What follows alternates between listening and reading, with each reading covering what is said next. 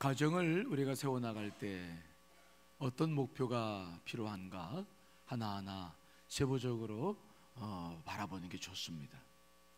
자녀들은 경건한 자손을 우리가 목표로 해서 나아가죠. 그러면 가정은 어떤 가정이 되어야 되느냐? 우리가 자녀들에게 물려줄 수 있는 가정은 어떤 가정이냐? 어떤 것이 최고의 선물일까? 여러분, 화목한 가정이 되어야 될 줄 믿습니다. 우리가 자녀들에게 줄 수 있는 최고의 행복이 화목한 가정이죠. 오늘 성경 본문에는 두 가지의 가정이 나와요. 마른 빵 한 조각을 먹으면서 화목하게 지낸다. 마른 빵밖에 없습니다. 곁들이 먹을 포도주와 샐러드, 미국식으로 말하면 포도주와 샐러드도 없어요.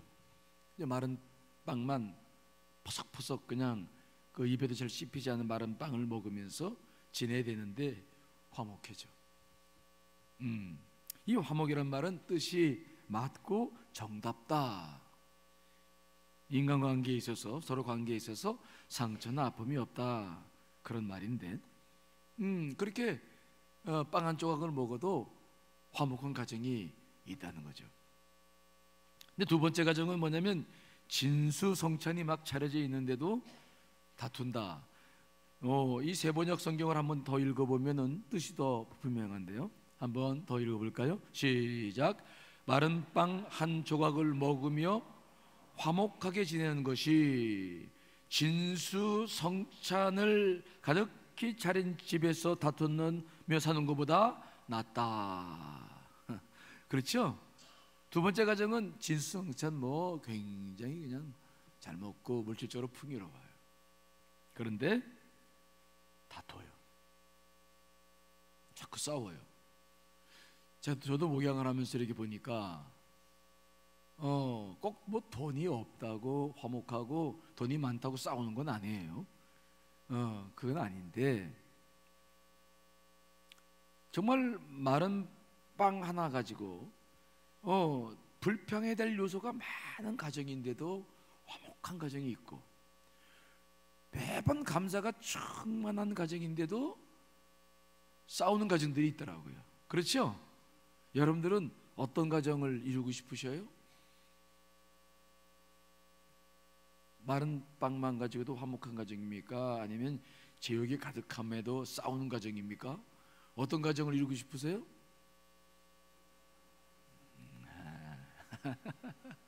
제육이 가득하면서도 화목한 가정이죠? 그렇죠?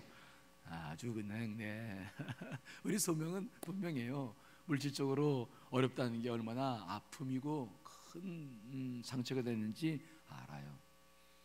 그러니까 우리가 바라는 것은 좀 제육으로도 조금, 제육하니까 자꾸 제육볶음 생각이 나는데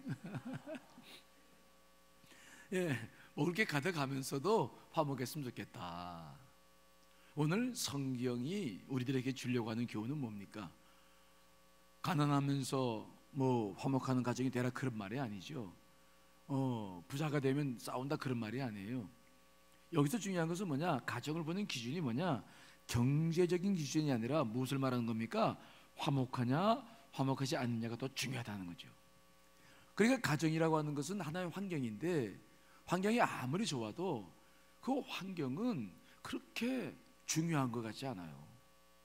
우리가 생각해 봤을 때 막 10의 1조를 100만 원, 200만 원씩 막 내는 가정들 보면은 우리보다 잘 살 것 같고 다 좋을 것 같은데,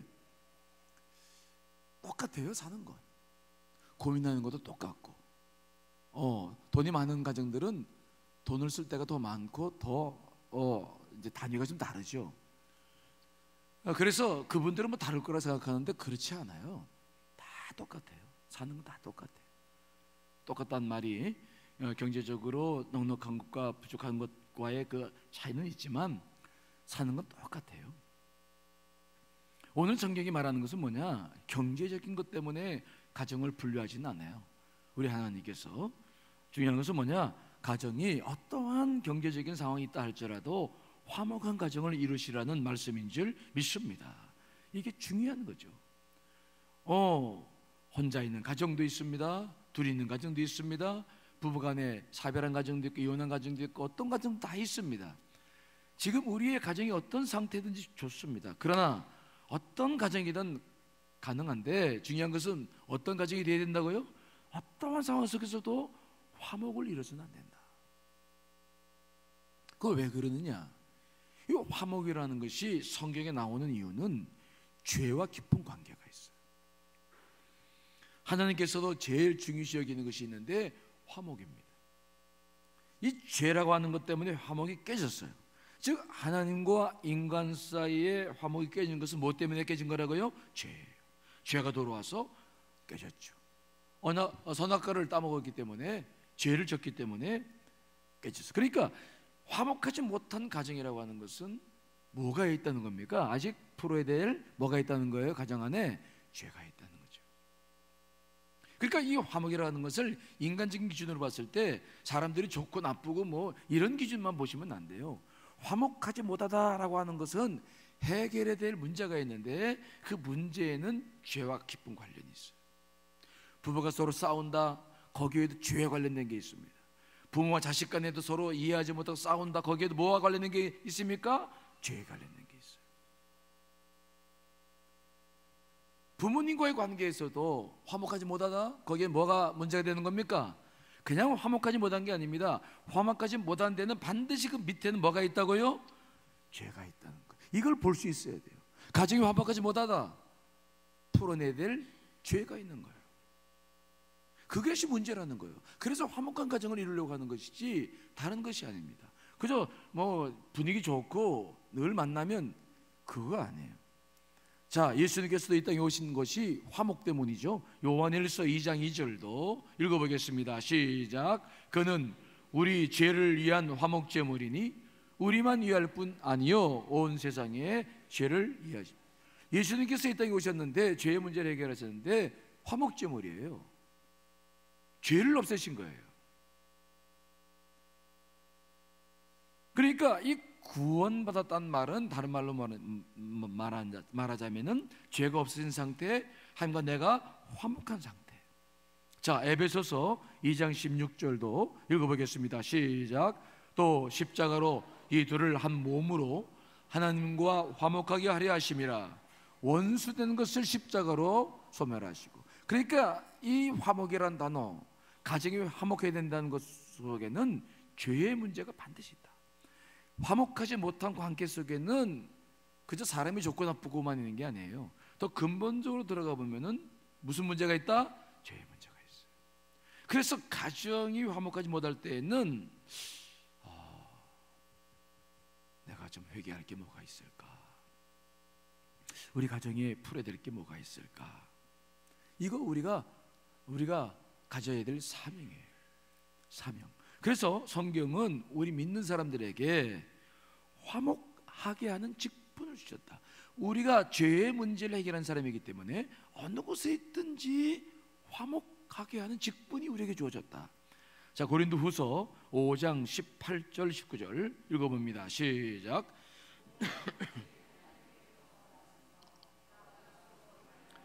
우리를 자기와 화목하게 하시고 또 우리에게 화목하게 하는 뭘 주셨다? 직분을 주셨으니 19절 곧 하나님께서 그리스도 안에 계시사 세상을 자기와 화목하게 하시며 그들의 죄를 그들에게 돌리지 아니하시고 화목하게 하는 말씀을 우리에게 부탁하셨느니라. 여러분들은 어떤 직분이 주어져 있다고요? 화목케 하는 직분이 주어져 있어요. 특별히 가정에서나 교회에서나 회사에서나 어디에서든지 우리는 화목케 하는 직분이 주어져 있고 화목하게 하는 말씀을 우리에게 부탁하셨다. 즉 우리가 입을 내어놓고 말을 할 때는 하나님께서 우리로 하여금 네가 좀 화목하게 하는 직분과 화목하게 하는 말씀을 내 입에 줬으니 네가 지금 그렇게 말을 좀 해라. 우리가 해야 할 중요한 사명이 있는데 어느 곳에 있든지 가정이든 교회든 직장이든 누구든 그러므로 우리는 화목하게 해야 된다. 그래야 우리가 하나님의 아들이 된다. 자, 마태복음 5장 9절 말씀이죠. 읽습니다. 시작. 화평하게 하는 자는 복이 있나니 그들이 하나님의 아들이라 일컬음을 받을 것이라. 우리의 직분은 화평케 하는 자입니다. 화목케 하는 자입니다. 가정에서 우리의 직분은 뭐라고요? 화목케 하는.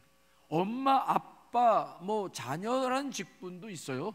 그러나 그것은 내가 직분이라기보다는 내 본분이죠. 하지만 어떠한 상황 속에 있든, 내가 자식이 됐든 부모가 됐든 때로는 어떤 역할을 다 감당하던 우리는 화목한 직분이 있다. 직분이 주어졌고 화목케 하는 말씀을 우리가 부탁받았다. 이것을 우리가 잊어서는 안 돼요. 누구를 만나든지 세상은 너무 험합니다. 가정들도 그렇고 너무 많은 어려움을 겪고 있죠. 우리가 해야 할 일은 뭐냐? 자꾸 화목케 하는 직분을 맡으셨어요. 옳은 말 바른 말이 아니에요. 제가 늘 강조하죠. 가정이든 어디든 옳은 말 바른 말이 아닙니다. 이 옳은 말 바른 말 하려고 하는 사람들, 아직 자기가 선악과를 따먹은 후회라는 그 사실만 알고 사는 사람들이에요. 우리는 선악과를 넘어서서 예수 그리스도 십자가의 보혈로 구원받은 사람들인 줄 믿습니다. 선악을 넘어서야 되는 거죠. 옳고 그름을 넘어서는 사람들이 우리예요. 우리의 직분은 뭐냐? 화목케 하는 사람들이. 그렇다고 덮어두고 죄를 짓고 그런 의미가 아니라는 걸 알고 계시죠? 바르게 살고 말씀대로 살아야 되지 뭐. 하지만 그것은 그 기준은 나에게 적용을 시켜야 돼요. 나에게 철저히 적용을 시켜야 돼요. 그러나 다른 사람에게는 적용시키시면 안 돼요. 다른 사람들에게는 어떤 직분을 감당해야 됩니까? 화목하게 해야 돼요. 기도해야 돼요. 저 사람의 문제가 보이고 어려움이 보이면 당신 그렇지 이러지 말고, 그러냐고. 왜? 상대방도 말씀대로 살고 싶은데 못 살아요. 우리 자녀들도 그런 거예요. 그러니까 우리는 화목케 하는 직분을 가지고 살아야지 옳고 그른 것 가지고 살면 안 돼. 그 선악과 따먹은 사람, 아직 그 선악과 그 죄 가운데 있는 사람들이죠. 그걸 넘어서서 십자가 보혈로 우리가 구원받은 사람인 것을 잊지 않으시길 간절히 축원합니다. 십자가의 사랑과 은혜가 결국은 모든 일을 완성해내죠. 옳고 그름 때문에 문제 해결되지 않아요. 옳고 그름 가지고 부부 문제 해결되지 않습니다. 그렇죠? 결코 해결되지 않아요. 그래서 로마서 12장 8절도 한번 읽어봅니다. 시작. 할 수 있거든. 읽습니다. 시작. 로마서 12장 8절. 왜 안 만들었어? 제가 읽어드립니다. 따라합시다. 할 수 있거든 너희로서는 모든 사람과 더불어 화목하라. 할 수 있거든 모든 사람과 더불어서 뭐라 하라는 겁니까? 화목하라. 이것이 우리의 직분이고 사명이다. 가정은 그래서 화목해야 된다.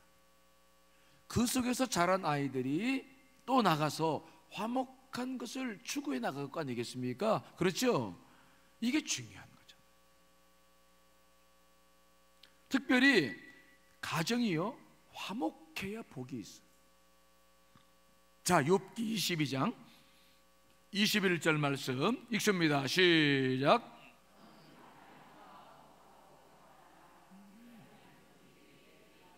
아멘. 너는 하나님과 화목하고 평안하라. 그리하면 뭐가 임한다고요? 복이 임한다. 그러니까 이 화목이라는 것은 우리의 본분이면서 복을 받는 통로가 되는 줄 믿습니다. 이것이 굉장히 중요한 원리예요. 그러니까 우리 가정이 얼마나 화목해야 합니까? 화목하지 못하면 다 잃어요. 돈을 가지고 있어도 이거 가지고 가족이 유익이 되질 않아요. 돈 때문에 싸우고 돈 때문에. 그러니까 돈이 있건 없건 더 중요한 것이 있는데 화목해야 된다. 가정은 무조건 원칙이 하나가 있는데 화목해야 자식들도 모이고 다들 집안으로 모이려고 그러죠. 화목하지 않으면 자꾸 나가려고 그래. 그렇죠? 네. 내 평생의 소원은 집을 나가는 것. 이것이 이제 화목하지 못하는, 이건 우리 집사람 소원이었어요. 우리 집사람이 우리 장인어른이 그렇게 술을 먹고 막 그래가지고 하여튼 고등학교를 졸업하고 대학만 들어가면 빨리 하여튼 어떻게든지 집을 나오는 게 내 평생 소원이었다고 그러더라고요. 내 평생 소원은 집 나가는 것이었다고. 이게 우리 아내만 그런 게 아니에요. 모이면 바른 말하고, 아유 자식들이 안 와요. 나이가 크면 클수록 이제는 결혼하면 더 안 와. 아주 그냥 물론 자식들 책임도 있지만 화목하면 모여요. 화목하면 오지 말래도 오고 싶어. 그렇죠? 이게 참 중요한 원리예요. 화목해야 복도 받고 가족도 다복하게 살 수 있고 다 모든 것들이 이루어지는 것 원인이 여기에 있어요. 머리 좋게 키우려고만 하지 마세요. 좋은 대학에만 보내려고 하지 마세요. 그게 아니에요. 가정은 능력이 되면 그렇게 살면 돼. 그러니까 두 번째, 첫째는 화목하게. 그냥 모이면 행복해야 돼. 그렇죠? 어제 우리 체육대회 하면서 행복했죠? 아이고 우리 교인들 노는 거 보니까 한 1박 2일은 놀아야 될 것 같아. 아 정말 충분히 못 놀았어요. 그렇죠? 화목해야 돼요. 그런데 이 화목을 이루려면은 한 가지 더 구체적인 목표가 있어요. 우리의 가정이 화목해야 되는데 이 화목이라는 것은 그저 잘 먹이고 교육시키고 다독거려주고 이렇게 되면 화목할 것 같은데 한 가지 이루어야 될 게 있어요. 왜요? 우리 자녀들이 세상에 나가 살다 보면은 많은 걸 선택해야 돼요. 많은 결정을 내려야 돼요. 근데 거기에는 원칙들이 있어요. 가치관이 있어요.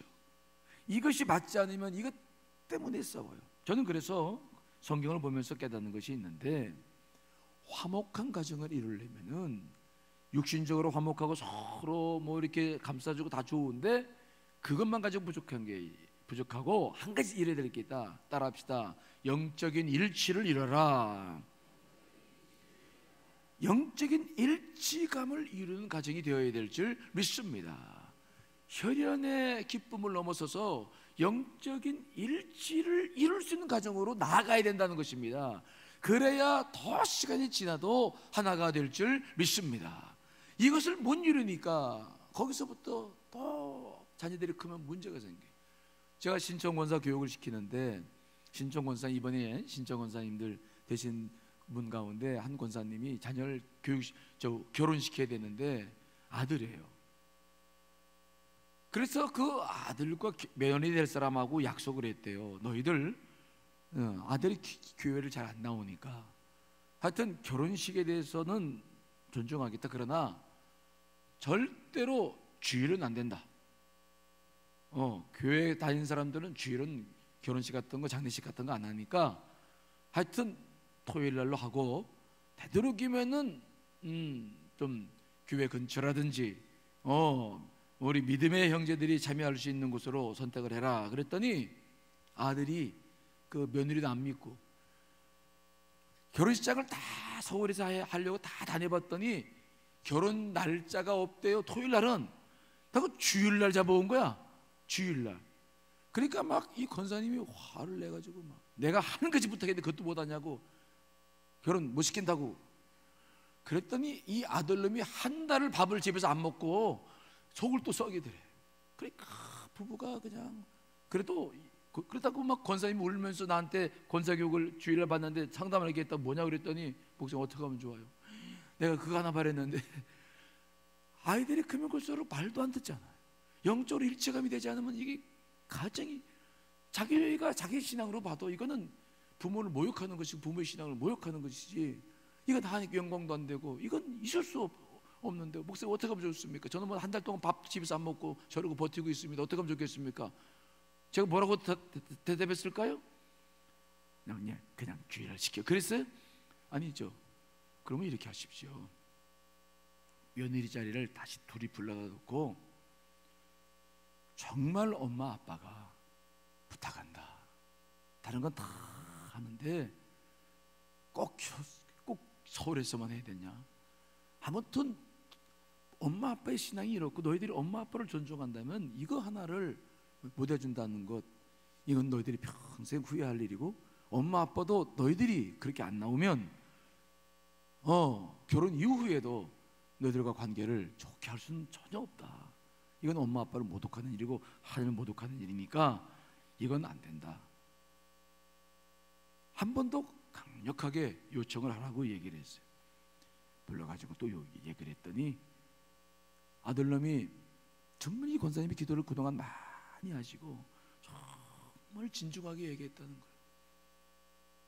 너희들이 신앙이 없고 있고 없고를 따지고 싶지는 않다. 근데 엄마 아빠를 무시해서는 안 되지 않느냐. 엄마 아빠가 믿는 하나님, 너희가 어렸을 때 믿던 하나님을 무시해서는 안 되지 않느냐. 그랬더니 이 아들하고 며느리 될 사람이 한 2주 정도 시간을 달라고 줬대요. 줬더니 서울에서 하면서도 토요일 날 할 때가 또 있더라고. 아니 서울 바닥에 결혼식장이 그렇게 많은데 없어요?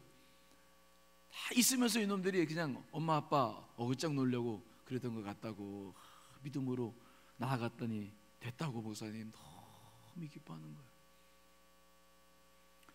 영적으로 일치가 안 되면 가면 갈수록 선택하고 결정해야 될 것은 많은데 이제 며느리 들어오고 새로운 사람들 들어와서 가문이 이어나가야 되는데 정말 어려운 게 많아요. 어려운 게 많아요. 예수님께서 마가복음 3장에 나가보면 가버나움에서 공생애를 시작했을 때 기적과 이적을 일으키니까 바리새인들이 예수님을 막 헐뜯으려고 바알세불 귀신의 왕이 붙어가지고 그랬다고 소문을 내가지고 하루는 예수님의 어머니하고 형제들이 막 쫓아왔어요. 가버나움까지 예수님 만나자고. 왜? 귀신 들렸다고 하니까 놀래가지고. 그때 사람들이 많아서 예수님께서 그들을 만나지 못하시면서 그들에게 하신 말씀이 뭐예요? 자, 마가복음 3장 32절 35절 읽습니다. 시작. 무리가 예수를 둘러 앉았다가 여짜오되 보소서 당신의 어머니와 동생들과 누이들이 밖에서 찾나이다. 대답하시되 누가 내 어머니이며 동생들이냐 하시고 둘러 앉은 자들을 보시며 이르시되 내 어머니와 내 동생들을 보라. 누구든지 하나님의 뜻대로 행하는 자가 내 형제요 자매요 어머니이니라. 혈연 관계를 넘어서야 돼요. 이제는 가족들이 성장하기 시작하면 혈연 관계를 넘어서 영적인 가족이 되어야 될 줄 믿습니다. 그래야 온전한 가정이라는 거죠. 예수님께서도 누가 내 형제요 자매냐라고 말씀하시죠. 예수님이 부활 승천하신 다음에 자신의 형제들을 다 주님을 믿게 만들고 이제 순교하게 만들고 하여튼 온 가족이 영적 가정이 되게 하셨죠. 우리도 그 사명이 있어요. 정말 진정한 화목은 뭐냐? 그저 그냥 육신적으로 사는 거 먹는 거 이것을 이제는 넘어서야 된다. 아이들이 자랐을 때는 그것만 가도 충분해. 하지만 어려서부터 영적인 은혜를 자꾸 넣어주시길 간절히 축원합니다. 가정 예배도 드리고 설교 들었을 때 은혜가 되는 거 있으면 밥 먹을 때 나누고 자꾸 아이들에게 영적인 시각을 심어줘야 돼요. 그래서 그 아이들이 자라면 자랄수록 더 주님을 사랑하는 가정이 되어야 될 줄 믿습니다. 그래서 모이면 주님을 중심으로 한 가정을 이루어야 돼요. 네, 이게 중요합니다. 저희들도 이제 아들이 지금은 없습니다만은 가족이 모이면 4명이 모이면 열띤 토론을 해요.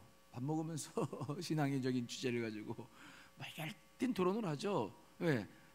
아들들도 다 신학 공부하잖아요.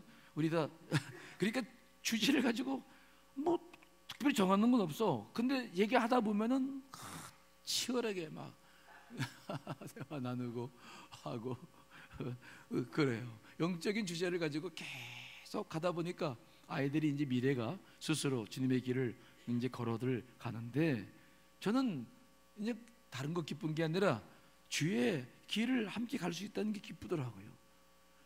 영적인 가족이 된다는 게 기뻐요. 잘 살고 못 살고는 다 상황에 따라 다를 수 있어요. 하지만 우리는 영적인 일치를 이루면서 화목한 가정을 이루는 것이 여러분 가정의 목표가 되어야 될 줄 믿습니다. 이게 진정한 복이에요. 진정한 복이에요. 그러니까 자녀들이 어렸을 때부터 자꾸 말씀을 심어주시고 가정 예배도 드리시고 또 설교 시간에 은혜 받은 거 책 은혜 받은 거 있으면 메모했다가 나누고 아이들 의견을 묻고 유대인들은 지금도 계속 그러잖아요. 그 사람들은 식탁머리가 성경 말씀 퀴즈를 내고 그 은혜를 나누는 자리예요. 늘 율법을 가지고 그렇게 살아가고 있는데 우리도 그런 건 배워야 돼요. 자, 우리가 목표로 하는 것은 뭐냐? 경제적인 상황이 어떠하든지 화목한 가정을 이루실 간절히 축원합니다. 화목하면 경제적인 문제도 해결될 줄 믿습니다. 그러나 진정한 화목이란 뭐냐? 어떤 것을 이루어야 되는 겁니까? 영적인 일치를 이룬 가정이 되어야 간다. 남편들도요, 우리 교회 올해 보니까 남편들을 좀 많이들 모시고 오던데, 우리 교회는 남자들이 많잖아요. 부부가 건강한 부부들이 많은데 남편들도요 때가 다 있어요. 낙심하지 마세요. 때가 다 있어. 아셨죠? 때가 다 있어요. 예, 정말 때가 다 있어요. 우리 교회에 어떤 권사님 남편이 있어요. 25년 동안 버티면서 교회를 안 나왔어요. 그분은. 아이고 정말 세요, 세. 제가 부목사 때부터 있었는데, 근데 그분이 작년 수업부터 나왔는데 메시지를 저한테 주는데 생째백이에요, 그분 신앙이. 근데도 늦게 철이 들어가지고 설교 듣고 정말 자기가 가정을 제대로 인도하지 못했던 것을 회개하고 계속 서나가는 것을 봐요. 남자들도요 때가 있어. 포기하지 마세요. 정말 영적인 일치를 이룰 때에 가장 행복이 저와 여러분들의 가정 속에 있게 될 줄 믿습니다. 여러분 화목한 가정을 위해서 기도하시고 나아가시기를 간절히 축원합니다.